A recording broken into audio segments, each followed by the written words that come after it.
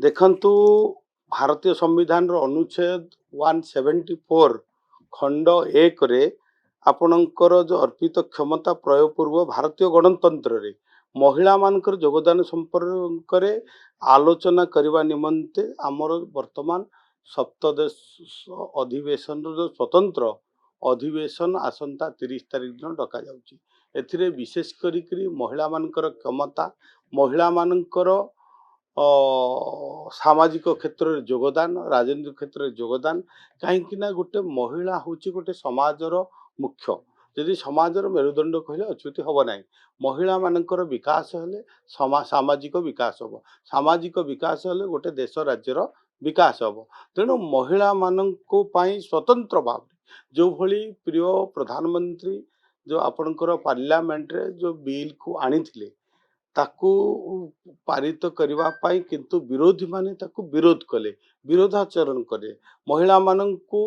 से माने चाहूनाहांती जे विरोधी महिला माने जे स्वावलंबी हुंतु महिला माने राजनीतिक क्षेत्र रे पार्लियामेंट एवं विधानसभा रे से मानकर योगदान जो 33% रहू एवं महिला माने किंतु सामाजिक स्तर रे सशक्त हुंतु से जो विरोध कले ता विषय आलोचना करने वर्तमान स्वतंत्र भाव अधिवेशन डकरा जाइए एवं विशेषकर जदि आम देखा जो राज्य बा जो देश महिला मानकर योगदान रही महिला मान गुरुत्व दि जाऊँगी से राज्य से देश से आगुआ तेणु आमर प्रिय प्रधानमंत्री मुख्यमंत्री सब महिला मान सम्मान दे आज देखु ओडिशार कथा आम कह ओडिशा रे महिला मान सशक्त स्वावलंबी करने जो क्रांतिकारी योजना युगांतकारी योजना सुभद्रा भली योजना आज अणा जाइए जहाँफल गोटे महिलाटे ग्रामांचल महिलाटे सशक्त हम स्वावलंबी हम आत्मनिर्भर हम निज गोड़े निजे मध्य ठिया हम आज आम दौचे जो पंचायत स्तर में जो सरपंच समिति सभ्य जिला परिषद यही स्तर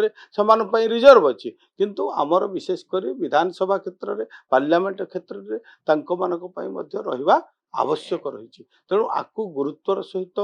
आमर प्रिय प्रधानमंत्री नहीं जे महिला मानू राजनीति क्षेत्र में योगदान को तेणु जो भली भाव विरोधी माने विरोध कर निश्चित भाव निंदनीय कथा तेणु प्रधानमंत्री द्वारा ये जो अणा जाइथिबा जो महिला सपक्ष जो ताकू मु स्वागत करुच्ची अभिनंदन ज्ञापन करुच्ची एवं प्रिय प्रधानमंत्री को धन्यवाद अर्पण।